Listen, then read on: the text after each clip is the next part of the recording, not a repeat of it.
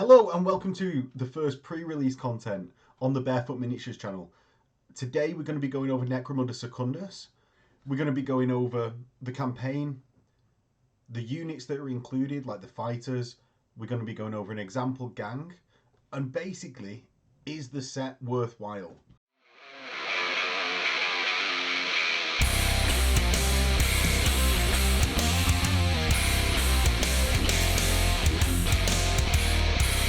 So let's start with the, let's say, boring bit first. Overall box, pretty happy. Like, this is, oh my god, this is consumer advice, but pretty happy with it. The design aesthetic's quite nice. The actual quality of the box. Is anyone interested? Let me know in the comments if you just hate seeing this bit, and I'll skip it next time. If you hate seeing it, and enough people do. Card box. Do you know what? There's a few things that stood out to me. Rather than going over the entire box, card box keeps the cards in. Weirdly small thing. Really liked it. Reference sheet, simplified. It's just got your conditions on and what happens when you die. Bit of a worse thing for an intro set, but as someone that's played Necromunda a fair amount, that's all you really want. That's the nuts and bolts of the cards that you really want, on top of like maybe weapon sheets for the cards for stuff that's included in the set, or even an entire table would be nice to not have to sort that out yourself. Other little bits about the ancillary bits of the set. Dice in the colours of the set. It's nice. Like this blue that you've got on the dice matches the design aesthetic of some of the artworks. I'll put up the piece of artwork now. If you want to hear us go over a little bit about the design aesthetic based on the articles that they released on Warhammer Community in the last week, because there's been a flurry, we go over that in the Hobbyhammer cast.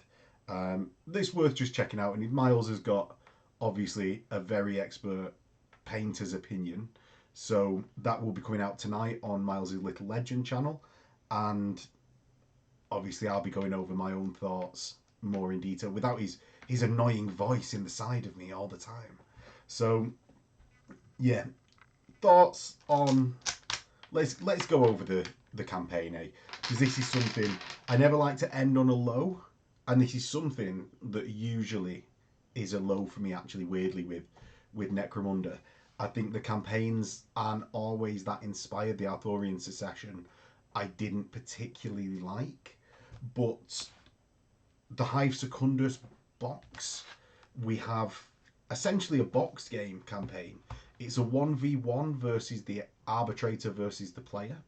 The player is going to be taking 1,200 creds and constructing their gang. Now, their gang will be containing Vansar techs, which are essentially specialist level gangers, so can gain skills, gain advancements like a champion, but start out at sort of ganger level. They've got their own specializations, and we'll go over that. I'll link it in the time cards below, where we go over their stat line specifically. As well, you're going to be joined by an Horus Spyrer, who is if anyone doesn't remember the model, it's the really derpy model with like fist forward, like gun round the fists, and I think it's got quite a nice updated design to it. It's not always my favourite piece of Necromunda is the rich kids, but I'm more for turnip farmers and Mordheim, gutter dregs in Necromunda, and people dragging themselves up, and they're probably dying along the way. Now, on the flip side of the campaign, to the Vansar techs and Spyre, you're going to have the Malstrain gene stealers. Now, that's something that's for the arbiter to play. So basically, the games master in Necromunda language is arbitrator. You've got essentially a non-evolving gang, whereas the Vansar gang evolves across time and will skill up, be able to get new members. the Malstrain gang doesn't. And I think it actually creates quite a nice choice for a two-player campaign. I think actually a lot of the two-player campaigns of Necromunda, if you have, say, like the original Goliath versus Escher box, after one or two games, you know who's won that campaign because it just starts spiraling. Whereas the campaign in this book has been balanced around having the Arbitrator playing one, and you're essentially playing like the Gene Stealers in Space Hulk, except obviously with differences of having basic level gangers as well as these actually pretty massive Gene Stealers. And also they actual going through their profiles, and what I think will be going along with the game or be linked in the time cards below. So you don't have to wait through the campaign bit if you don't like. Now, you essentially play what is a normal Necromunda campaign outside of that, in that you've got different cycles, downtime between cycles, and it's split up into 3 phases this time, where you like delve in the depth, or you're entering the Secundus, delve in the depth, and then getting to the Malstrain Prime's location. And I think it's quite successful. It's having different levels of Malstrain points that the Arbitrator can spend their force on. The Arbitrator is also the Arbitrator, so if something needs to be enhanced to tell the story better, or if something's getting too easy with the gang, they are at the end of the day the Arbitrator. Part of the campaign responsibilities for them in this book is that they should help the Van Saar player set up their gang, so they do have a bit of control over where that campaign's going and how it's going to end up playing out. So it's almost like a cooperative experience where there is competitiveness to it, because it's not expected that the Van Saar player will win every game, achieving objectives or not. So there's a lot of scope for how you as a player want to play it. Now, if you've got a large gaming group, this exact campaign isn't for you. This is for you, one friend, dragging someone that's never played Necromunda before into it, getting them to know the game, and then I imagine the actual like wider campaign, or it certainly will be in the next book, the Book of Desolation that's going to come in the future, like whenever it is in the future. Now, that actually I think is a really good campaign and way of doing it. It's got that, the campaign at least, the out of the box start playing. The one thing I think it's lacking for that is a gang that you should start with as the Van Saar. There's no prescribed gang where if you just want to jump into it, this is the way that you can do it. So actually, to help with that, I'll be adding, again, time cards below, a Van Saar starter gang that you can just get moving with and get the moving parts going. If you want to see my Van Saar video, where I go over the entire Van Saar House of Artifice book, that'll be in the cards below. And that's just a full video talking in its entirety about the Van Saar, their playstyle, and lots of that actually follow over onto the text that you get in this book, because essentially the stat line is just a Ganga stat line with one extra movement, and so it ports over quite well, and then you'll have the difference in specialization that we can go over. So yeah, I think it's quite nice as a campaign. We'll see how it actually turns out. As I said, I only got this book yesterday, and it's in 2 days that I got the embargo lifted. So I've not played a campaign yet, but as soon as I can drag someone in to play it, or get someone added to the NDA, then I'll be essentially playing this campaign and releasing it on channel, because it looks really fun to do so. And it's something that I was going to do anyway with the wider group for the wider campaign whenever that came out, but this one in itself is interesting. Now, to make life easier for that, you've got the territory cards, which just a big help. They change out quite often, like you don't hold on to territories for the campaign. It's more exploring and finding the data thieves and chrono crystals and archeo loot that you can gain for that. And that the archeo loot, I actually think, is a really nice feature. So essentially, you're going to get, what are they called now? The Hive data stacks, which is what makes Vansar like essentially the ones that are most suited to this campaign. So those Hive data stacks, once you've got 3, you can get various levels of technology. Now, it's one of the things that you can obviously read through these. Sorry for the guide, I'm not actually reading through these, so it can just be completely random when we draw them. So I don't like know off the top of my head what I'm going for, what I'm expecting. But at least the ones that I could see at the start provide as like these disposable ones and permanent ones in terms of archaeotechnology, ranging from disposable nanomeds, ranging from, say, if the fighter is prone and seriously injured, they become prone and pinned and their activation ends. A non-disposable, like I'm just getting to the first one, so you'll have to split these out into piles. A fighter equipped with this archeo loot gains a 2-up save that can't be modified until they pass that save, and you remove the loot from their fighter card. So essentially, it's a one-off 2-up save. That's just like a quite nice boost, and then it will end for the rest of that game, but you will keep it because it's non-disposable. Now, the culmination of the campaign is basically taking and winning the game, or the cycle, where you have the Brood Throne as the territory at stake. The campaign ramps up in difficulty, so by the time you get to an end, you've got essentially a boss fight with your arbitrator as the Gene Stealer player, the Malstrain Gene Stealer player, and the like normal player, let's say, as the regular like Vansar Tex and the Spyrer. So it reaches quite a nice crescendo by the looks of it.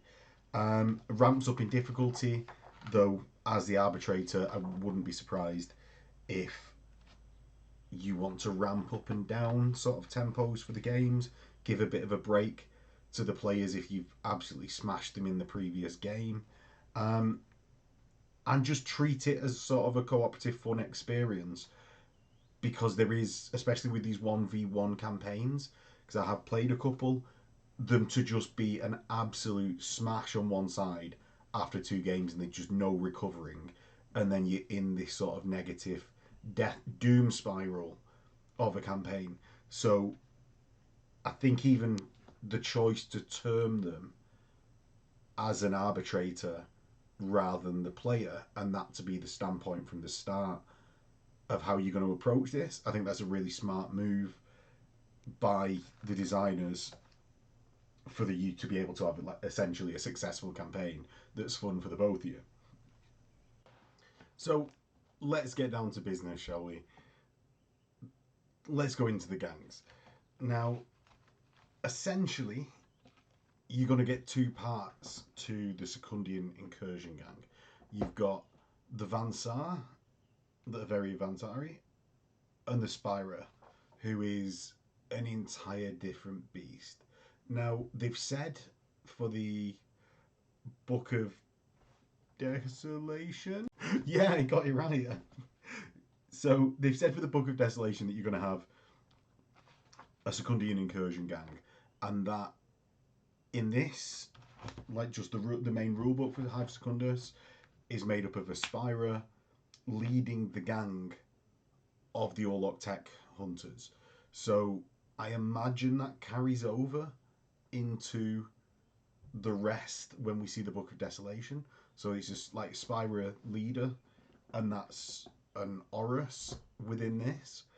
And they've just got some differing rules to how they operate compared to a regular ganger.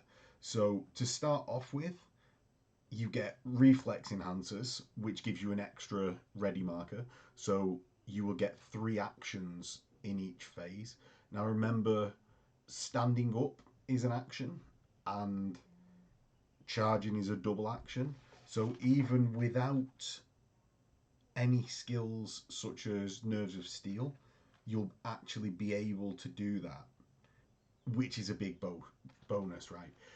You are still limited to one shoot action because there's nothing that makes that a simple action for you. It's still a basic action. Basic, simple. It's still a one to an activation action for you. But what you can do is charge and then fight again, move and charge if you're still stood up. And that's one of the things, say, at least in this case of an Horus, you get brawn and combat as primary, shooting as primary, ferocity is secondary. So you can skill up to, I think it's 13 XP, and then choose a skill from your secondary list. 12 XP. So I was one off. Needed to check myself on that one because I don't want to be giving out wrong information on the first time, right? So yeah, you can still get the Nerves of Steel skill, and then that'll be very powerful for allowing you to remain on your feet and effectively charge with this Horus up to 13 inches in a turn before you add tactics, which is an absolutely mental charge range. And I suppose that's just the upside of Spyrers when you're normally going to have a very small numbers in your gang. You got Master of the Hunt. When you're hit by a ranged attack, you're only placed prone and pinned if you lose a wound, or if you suffer damage, lose a wound, flesh wound. Now, that still necessitates Nerves of Steel, I think. The ability, like you actually losing a wound, can still happen quite easily. Like AP -2 is just littered about in the game, so going down a wound, you're certainly not invulnerable. And although it does help you from just getting pinged and glanced, you will get prone and pinned enough across the game, and you will get into a stun lock, I think, a bit more. Obviously, you're helped by reflex enhancers, but getting into that lower power level, ordinary Ganger power level, when, say, the Horus in this case starts at 350 creds, is horrendous to happen to you. So I'd still be going for that secondary skill of Ferocity, Nerves of Steel for it, but adding up to a better close combat specialist is just as natural, and remaining mobile when I suppose we see the other Spyre members. Kill count, basically record the kills that you make, and that's taking enemy fighters out of action, not actually killing them. They don't need to get like a memorable death or be sacrificed by not going to the dock to gain this. You take them out of action, tick up the kill count, and every time you get 4 out of actions, you can either reset your glitch count, which is essentially what wounds you have taken on a less harsh critical injuries table. So you can either take away 1 permanent injury or apply a power boost to your rig. To do so, you roll a d6 and basically get this power boost table. So on a 1, you get combat neuro-aware, boost your weapon skill or ballistic skill by 1 to a maximum of 2 up. Heightened reflexes increase your initiative by 1, so it'll be very useful if we see fighters with spring up or needing to jump up and down levels, things like that. Improved motive power, increase your movement, absolutely mental upgrade. Whenever you get a close combat specialist, movement is, especially around the start of a campaign, normally the thing that you really want to go for once you've got your couple of wounds, a bit of toughness, movement, just getting those charge ranges longer so that your double action isn't wasted by missing a charge. Thickened armor, increase the suit's armor by 1. And then hunting rig augmentation, improve the power supply to one of its systems and basically increase the system's potential by 1, and we'll go over what your actual suit has after we go through the Horus. So the Spyro hunting rig glitches is essentially a less harsh critical injuries table. You can remove glitches, as we said before, from the kill count. So every 4 out of action results, you can remove a glitch, which is really useful because if you get one more than your toughness number of glitches, so for an Horus, toughness 4, if you get 5 glitches, you're just dead. Your suit shuts down and you're deleted from your roster.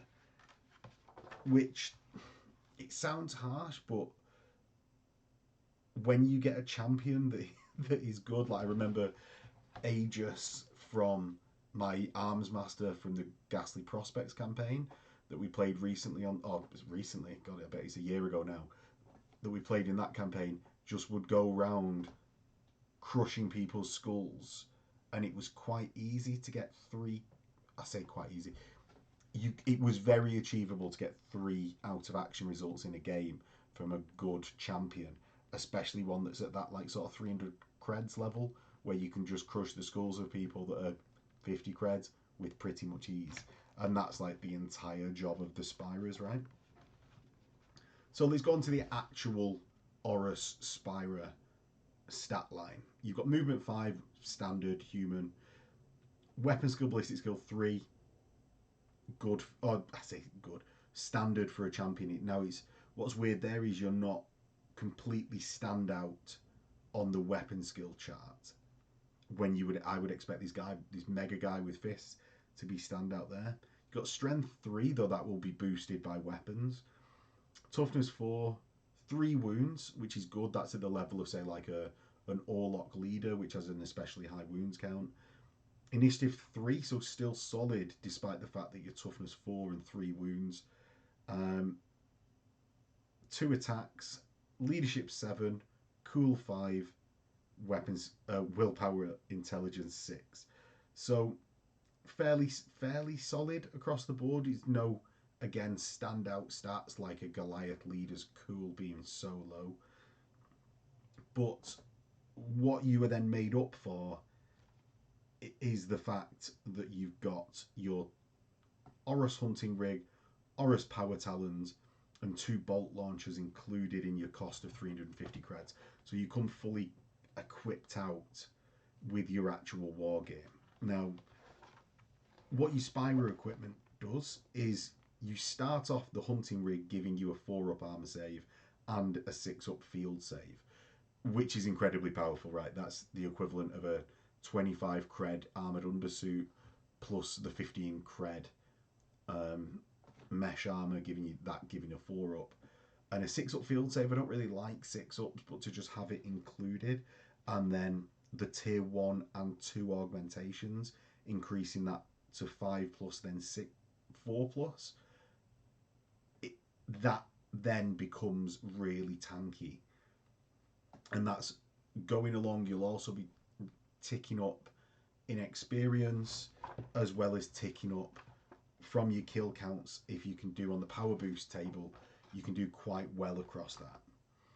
Your bolt launcher is a rapid fire 20-inch range maximum, 8-inch short range with a +1 to hit.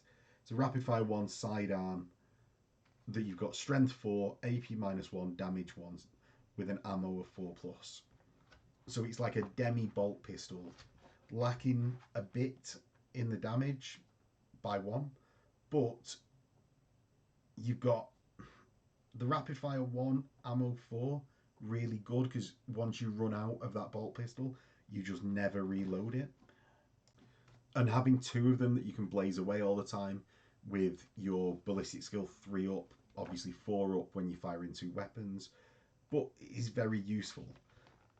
Now, for your ranged weapons comparison points, you've got your Disintegrator Matrix that's short 3, long 12, with an accuracy of -1 at long. Effectively, you're always going to be in long there. It has got sidearm, so it might be useful in combat, but one of the things that will be better for you, I would say, I just prefer the bolt. Do you know what? I'm not going to dance around it.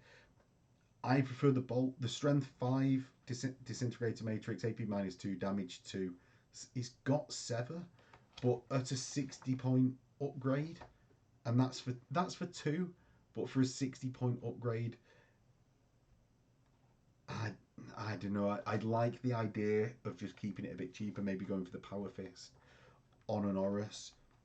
Sever is absolutely terrifying, but I just find it's hard to recommend such an upgrade for something that is much shorter ranged. And when you're in that such short range anyway, and you punch someone, you're likely going to punch them into next week and then go out anyway. Volkite Discharger is much the same. You've got a 10-inch long range, no accuracy either way, strength 5, damage 1, no AP, ammo 6 up again, deflagrate side armor. Deflagrate, basically on a successful wound, you cause a second wound. I don't think it's worthwhile the loss of rapid fire. The ammo going down to 6+ again, I don't like it as much.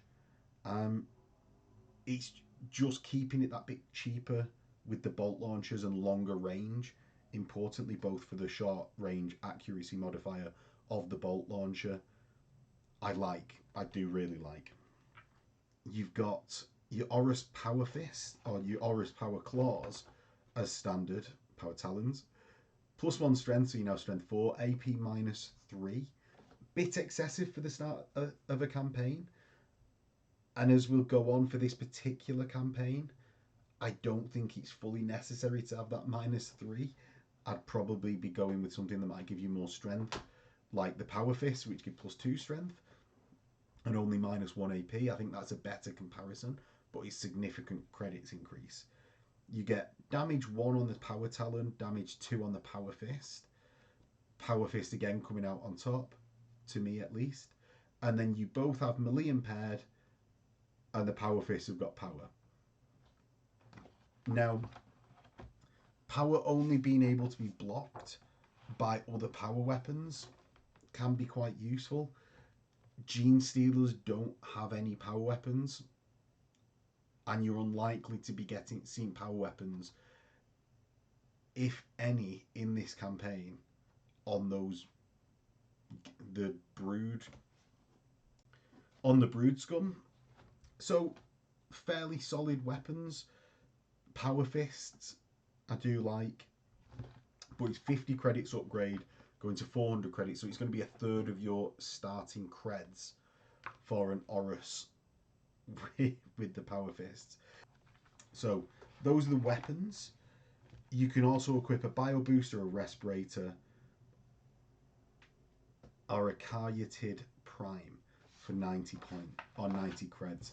Caryatid Primes are essentially a follower exotic beast that, while is within 3 of your Oris, the fighter may re-roll a failed armor save or 1 failed ammo test per round, and itself has a 3-up save which can't be modified by armor piercing. It's not a strong fighter, but a re-roll of armor save every round can just be incredibly infuriating for your opponent. Whether it's worth 90 creds at the start of a campaign, I don't particularly think so, but when you get a bit more creds racked up, incredibly useful. And if this is something that we're seeing that's just able to be bought across all Spyrers, which it coming in plastic, I imagine it's going to be something like that, especially with them all being like champion levels when they're within a gang, and them all being a special snowflake of Lord Helmar's house. It can get very good, I think. I know Matt Russell. Hey, Matt. I've been incredibly infuriated by his Gene Stealer cult using a very similar to a Crypto Prime. Now, next we've got the Vansar Tek Hunters. So the Vansar Tek Hunters, for 75 credits, these are a specialist. So actually it was weird. I did think they were going to be champions before the release of the book, but in the specialist role. What's interesting about that is that they've got gang fighter specialist. With these being fighter specialists, will accrue advancements like a champion, which is really useful for just choosing where your stat increases go, if nothing else. They're experts in the field, so each Vansar Tek Hunter may select one of the following subtypes, and you can't have more than 2 of any combination within your gang. And we'll go over that. They essentially change the equipment selection that you can take. And there's some useful ones in there, some ones that I think are less useful. But within this actual campaign makes sense. In a wider campaign, I think they are actually less useful. Now, the actual stats, you've got movement 5, so 1 more than a normal Vansar Ganger. You've got weapon skill 4, ballistic skill 3, Vansar Ganger. Strength toughness 3, 1 wound, initiative 5, 1 attack, leadership 6, cool 7, will 7, intelligence 6. So, and everything really where it matters, you're just the same as a Ganger, except the movement 5 is, it's only 1 extra inch, but when you play Vansar, it's such a downer to feel like, oh no, I'm only movement 4. I'm so slow comparatively to the other gangs. Now, your actual equipment list, you get las carbines or las guns on everyone, and that's 20 credits to essentially add rapid fire and lessen your ammo roll to a 4 up rather than a 2 up. My instinct is to always go the las carbine here, unless you're really scraping for credits. I don't really see the point of going for the las gun personally. It's not like you're an Escher gang that is going to spam loads of las guns and getting just pinning everyone out of existence. I think having that rapid fire dice to just gun a load of people down and get more chances at killing people is worthwhile. Las pistols, las sub carbine gaining the rapid fire dice again. Las pistol for 5 creds. It's only 5 creds. Makes me more it makes it a more attractive option from the same comparison as I've just done above. Specialist weapons, we get a combi weapon, Flamer Mancatcher, and this is where the Technomat can be the only one to take that. So this is the first benefit that we see of the Technomat. So what that does is, it's a flamer template, obviously blaze. It's got unstable. It's a flamer. The Mancatcher is in engagement range, strength user, AP -1, damage 1, entangle and melee. Entangle is hit scored by weapons with entangle cannot be negated by the parry trait. If the hit roll of an entangled weapon is a natural 6, any reaction attacks have a -2 hit modifier. It's 160 credits. Flamers are like 130 off the top of my head in other books. I'm not the most in love with that weapon that I think you'll see. I mean, a flamer is always fun. It's useful for controlling your opponent. In a wider Vansar gang, I don't think that would have a place. In this specific game mode, I think if you're building a gang, having one to have a flamer about and control enemy movement and Gene Stealer movement that bit more by scaring them off with the flammable, with the blaze trait, I think is then very useful. In wider games, where you want to be getting more like combi plasma, some melter, things like that to absolutely terrify your opponent and can do that, I think its usefulness slips away because the flamer component isn't as useful to you as some other gangs because your ballistic skill is already so good. So the long las being no negatives to hit at short or anything like that, +1 at over 18-inch range to 36, strength 4, damage 1, ammo 2 up and plentiful. I think he's actually has a good place in this gang.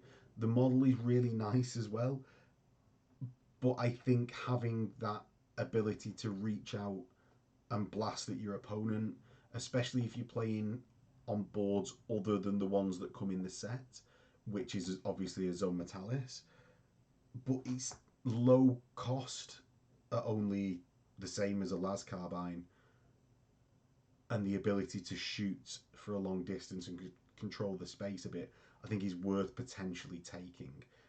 Obviously, if you only playing in a super dense ZM, it's probably not going to be that good for you. Finally, we've got the rad gun, which is back to the Technomat, and the rad gun is essentially template, strength 2, AP -2, damage 1, ammo 4, rad phage and template.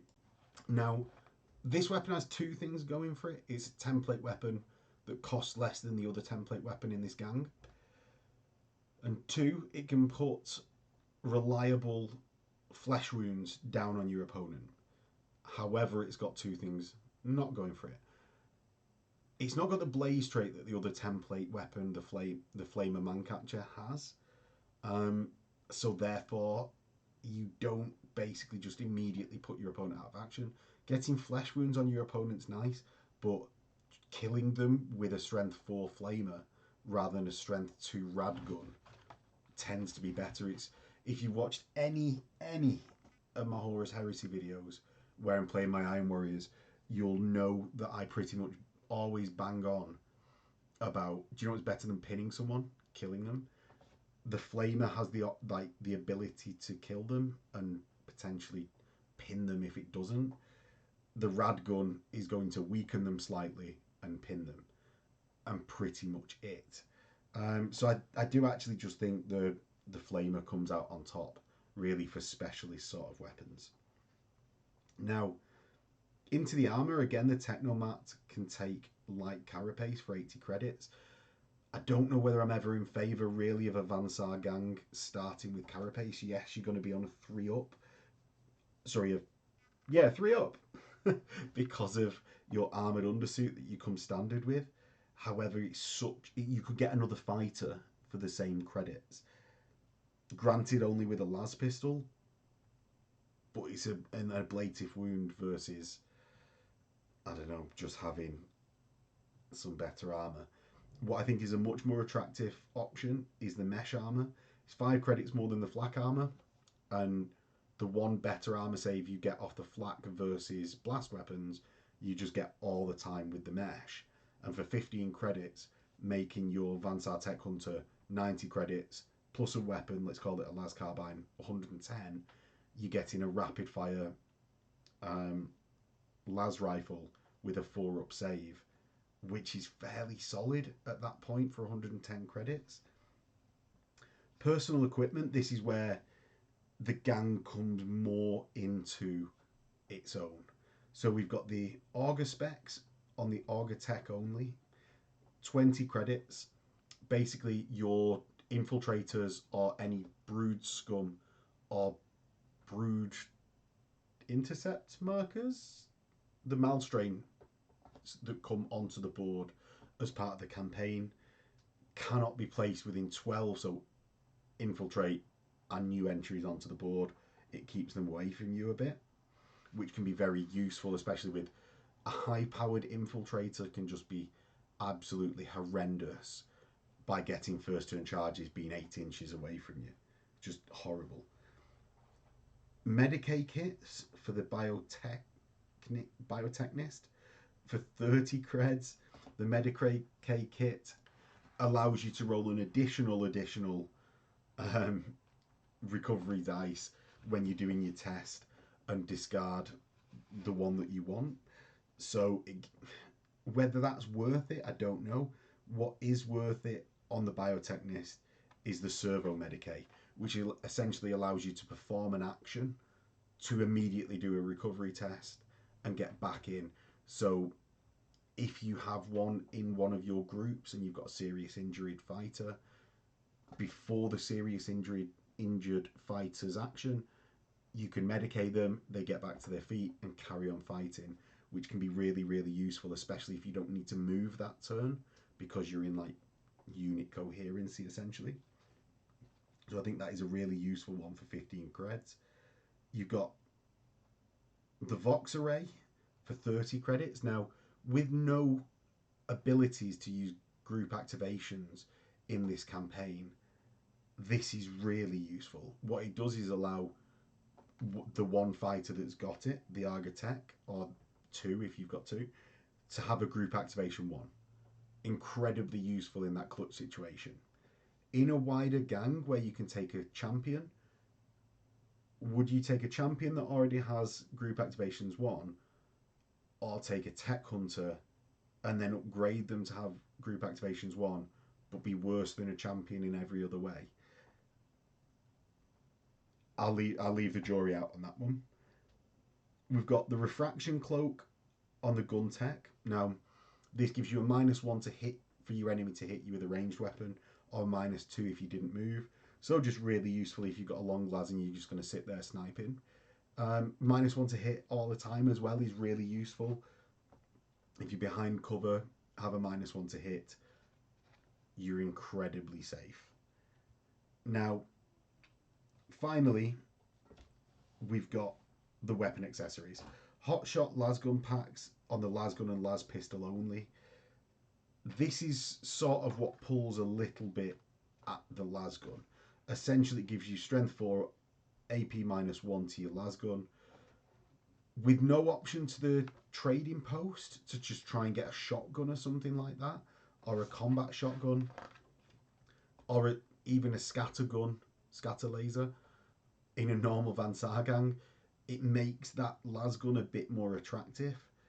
I'd still probably start out with mostly las carbines, because the hotshot at 20 credits and the lasgun 10 credits, going 30 credits total, is a bit steep, and that's where it sort of loses me versus just getting weight to fire down range, using your las carbine and just pinning your opponent out of existence, and then allowing your Spyrer to get in there and just absolutely wreak havoc with its 3 activations. And it'll have that nice interplay of your Spyrer getting more the kill counts because you've controlled your opponent's movement. With the Tek Hunters, the kill counts will go up, and then you'll become an absolute behemoth of a fighter of a fighter by the end of the campaign, as it's meant to be. The final thing to say in the Van Saar Tek Hunter section is to draw attention essentially to the experts in the field section, where each one of the different techs gets a specialization of what they can do. So we've got the Arga Tek, which can find hidden tech post-battle action. We've got the Biotech, which can do medical treatment. And we've got the Gun and the Technomat that can fabricate weapons. Now, what these do in the campaign is during the post-battle sequence, if you can perform actions, medical treatment is go to medical treatment and not cost anything. Incredibly useful for your fighters not dying all the time. Incredibly useful. I need it. Do you know what? I'm going to go over these and say, oh, you need at least 1 to a few of them. And when I wrote my list that's going to come at the end of the guide, I fit 1 in of each and then 1 spare. So you're going to have to use your judgment with your credits when you start in this campaign of where you want them to go. So yeah, medical treatment, perform medical treatment for free. And then find hidden tech is essentially getting to win conditions and getting your fighter Archaeotech to power up for the final battle. So finally, the Gun Tech and Technomat have fabricate weapon, fabricate war gear. So both useful intelligence checks to essentially make 25 credits worth of war gear each for free. So you can be upgrading your gang slightly at all times, getting weapons that you need, maybe making those hotshot las packs that you've missed out on. And he's incredibly useful. He's going to make some hard decisions when you get to your list building stage of what you want to initially start with for your gang. So next, let's get onto the Malstrain. So the start of the Malstrain, essentially, we don't get credits in this book for the Gene Stealers and the Brood Scum. What we get is Malstrain points. And you get given a Malstrain point amount based on the scenario previously that you're going to be playing in the campaign. So that can range from like 10 right up to like 14, 15, plus whatever you get on the territory. And I think you can sometimes be ending up with 30 Malstrain points, depending on how things have gone. Brood Scum is 1 Malstrain point. Gene Stealer is 3 Malstrain points. But the reason you're going to be taking loads of Brood Scum is because you've got to take a Brood Scum per Gene Stealer. So it is balanced out a bit. You're not just going to always go for the Gene Stealers. Because not only are they really good models, I would say they're definitely worth 3 Brood Scum each. Brood Scum are essentially just a Hive scum. No real points to note about them. They've got movement 5, weapon skill, ballistic skill 4, strength toughness 3, 1 wound, initiative 4, 1 attack, and 8 across all of the mental stats. Brood Scum can be given 40 credits of equipment from the Brood Scum equipment list. And they range autogun, lasgun, shotgun, sawn-off shotgun, a bunch of pistols, bunch of basic close combat weapons. Basically, they're meant to look scattered in the box. If playing as the arbitrator, you build them randomly, get a bit of variety in the gang. In terms of how good things are, I like a load of guys with shotguns. It does limit you that you can't take mesh armor, but some of the scenarios just basically have endlessly respawning Brood Scum. So whether that's a downside that you don't have any armor, I'm not always the biggest on armor. Just don't like it. I like to invest in more dudes, more hard hitting dudes and dudettes. So yeah, shotguns good. Getting a lasgun or an autogun allows you to take mesh armor. So who cares, right? Now, in a comparison between the autogun and the lasgun, if you're playing the campaign strictly, you're going to be always passing ammo tests. So there's literally no reason to take a lasgun other than the short range bonus of +1 to hit. Now, balancing that against the auto gun of the rapid fire, I quite like the auto gun. I'm just a bit of a gambler. Plus, I've been playing Orlocks quite a lot. I've got used to not having that short range bonus, whereas, say, like an Escher player, Van Saar player, might miss it quite a lot. Especially in ZM, auto guns are going to get that +1 bonus quite a lot anyway. If you're going to be making your gang outside of this campaign, that would be my recommendation. Probably auto guns, a few shotguns when you can afford it based on creds, but we'll have to know that when the actual credit amounts for the Brood Scum and Gene Stealers come out later. Malstrain Gene Stealers, 3 Malstrain points each. You've got movement 6, weapon skill 3, strength toughness 4, 3 wounds, 3 attacks, cool 4. You've got nerves of steel, evade, dodge, rain of blows, razor sharp claws, and venomous bite. So what do all of them do? Razor sharp claws are strength +1, so your strength 5. AP -1, damage 2, melee and rending. Venomous bite is simply AP -2, melee toxin. So if you get a wound through, it's straight onto the serious injuries, which is absolutely mental. And it makes sense because it's a Gene Stealer. They rend through Terminators. But it seems so harsh. Like, you're going to want to put as many attacks, I suppose it's out of your hands, but as many attacks through the venomous bites as possible, despite the fact that you've got 4 arms. So dodge and evade work quite well hand in hand. Evade is you get -1 to hit against ranged attacks against you, -2 if the attack is at long range, so you're near impossible to hit, especially if behind cover. Dodge is again a 6-up and vulnerable save, essentially, similar to the field armor 6-up that Horus Spyrers get. Um, don't always like 6-up saves, but to just start off with it, really good. Rain of Blows, you treat the fight action as a simple action rather than basic, so you can make 2 when you're activated. I tend to think that you'll likely just be charging all the time or double moving with your Gene Stealer, especially because it's got that toxin. They just seem so incredibly deadly.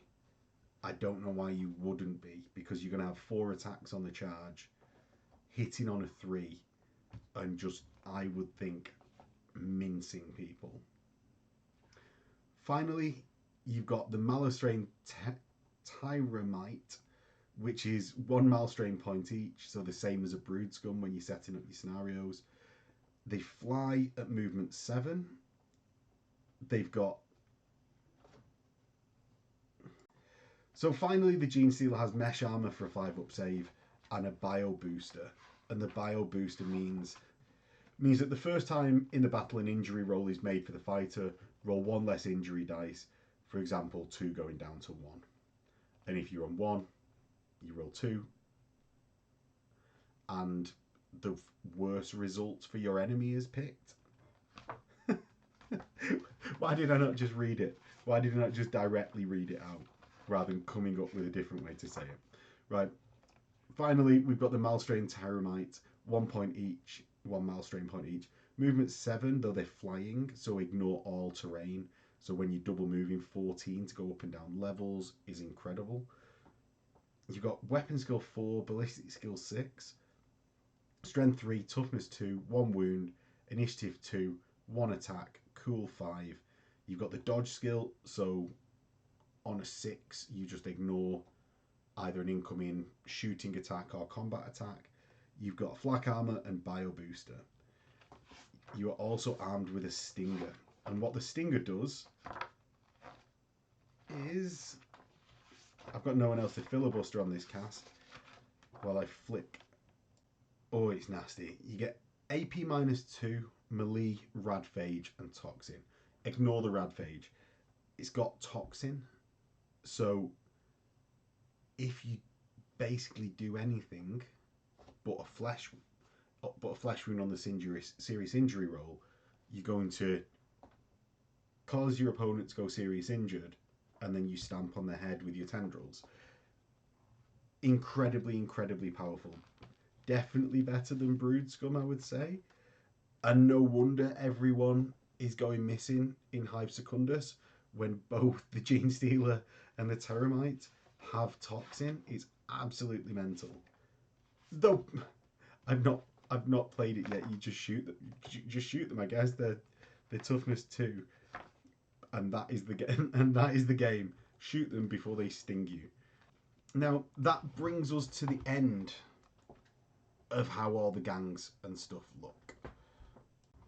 So onto the lists. Now I've tried to go with 2 things within this list, not just the strongest list ever. As we're looking at it, these are something to play an arbitrated 1v arbitrator campaign with.